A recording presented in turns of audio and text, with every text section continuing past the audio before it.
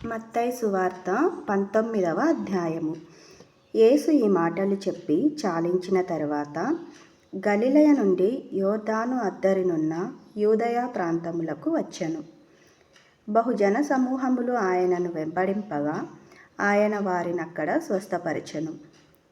పరిసయ్యులు ఆయనను శోధింపవలెనని ఆయన యొద్దకు వచ్చి, ఏ హేతువు చేతనైనను పురుషుడు తన భార్యను విడనాడుట న్యాయమా అని అడుగగా, ఆయన సృజించినవాడు ఆది నుండి వారిని పురుషునిగాను స్త్రీనిగాను సృజించెననియు, ఇందు నిమిత్తము పురుషుడు తల్లిదండ్రులను విడిచి తన భార్యను హత్తుకొనును, వారిద్దరును ఏక శరీరముగా ఉందురని చెప్పెననియు మీరు చదవలేదా?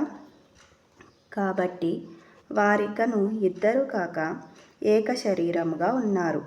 గనుక దేవుడు జతపరచిన వారిని మనుష్యుడు వేరుపరచకూడదని చెప్పెను.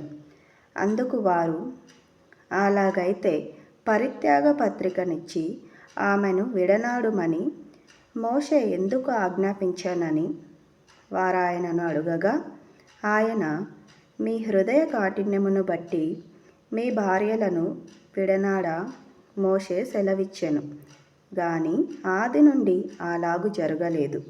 మరియు వ్యభిచారము నిమిత్తమే తప్ప తన భార్యను విడనాడి మరి ఒకతను పెండ్లి చేసుకొనువాడు వ్యభిచారము చేయుచున్నాడనియు, విడనాడబడిన దానిని పెండ్లి చేసుకొనువాడు వ్యభిచారము చేయుచున్నాడనియు మీతో చెప్పుచున్నానని వారితో ననెను.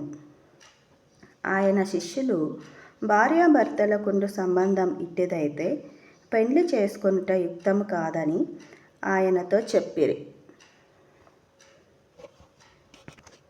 అందుకాయన, అనుగ్రహం నొందిన వారు తప్ప మరి ఎవరునూ ఈ మాటను అంగీకరింపనేరరు.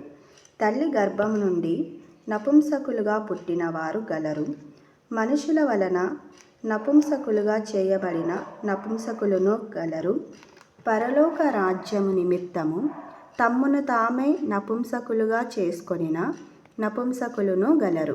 ఈ మాటను అంగీకరింపగలవాడు అంగీకరించునుగాక అని వారితో చెప్పెను. అప్పుడు ఆయన వారి మీద చేతులుంచి ప్రార్థన చేయవలెనని కొందరు చిన్న పిల్లలను ఆయన యొద్దకు తీసుకొని వచ్చిరి.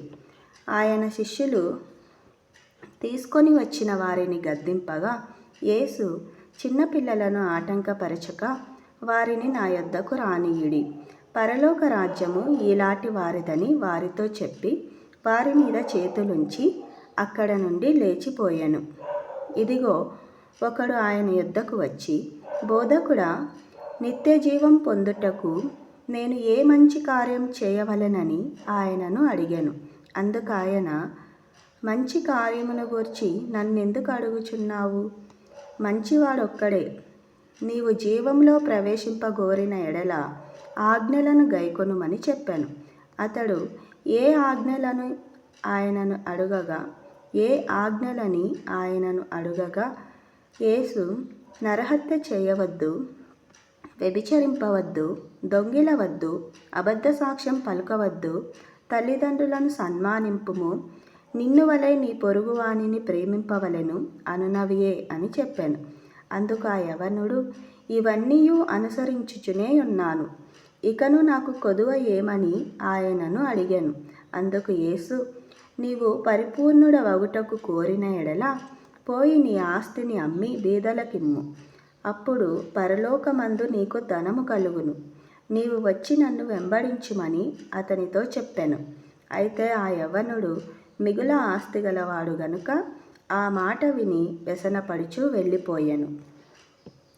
యేసు తన శిష్యులను చూచి, ధనవంతుడు పరలోక రాజ్యంలో ప్రవేశించుట దుర్లభమని మీతో నిశ్చయముగా చెప్పుచున్నాను. ఇదిగాక ధనవంతుడు పరలోక రాజ్యంలో ప్రవేశించుట కంటే సూది బెజ్జములో ఒంటె దూరుట సులభమని మీతో చెప్పుచున్నానెను. శిష్యులు ఈ మాట విని మిక్కిలి ఆశ్చర్యపడి, అలాగైతే ఎవడు రక్షణ పొందగలడని అడుగగా, యేసు వారిని చూచి, ఇది మనుషులకు అసాధ్యమే గాని దేవునికి సమస్తమును సాధ్యమని చెప్పెను. పేతురు, ఇదిగో మేము సమస్తమును విడిచిపెట్టి నిన్ను వెంబడించితిమి గనుక మాకేమి దొరుకునని ఆయనను అడుగగా, యేసు వారితో ఇట్లనెను, ప్రపంచ పునర్జననమందు మనుష్య కుమారుడు తన మహిమగల సింహాసనం మీద ఆసీనుడై ఉండునప్పుడు నన్ను వెంబడించిన మీరును 12 సింహాసనముల మీద ఆసీనులై ఇశ్రాయేలు 12 గోత్రముల వారికి తీర్పు తీర్చుదురు. నా నామము నిమిత్తము అన్నదమ్ములనైనను అక్క చెల్లెండ్రనైనను తండ్రినైనను తల్లినైనను పిల్లలనైనను భూములనైనను ఇండ్లనైనను విడిచిపెట్టిన ప్రతి వాడును 100 రెట్లు పొందును. ఇదిగాక నిత్య జీవమును స్వతంత్రించుకొనును. మొదటివారు అనేకులు కడపటివారగుదురు, కడపటివారు మొదటివారగుదురు.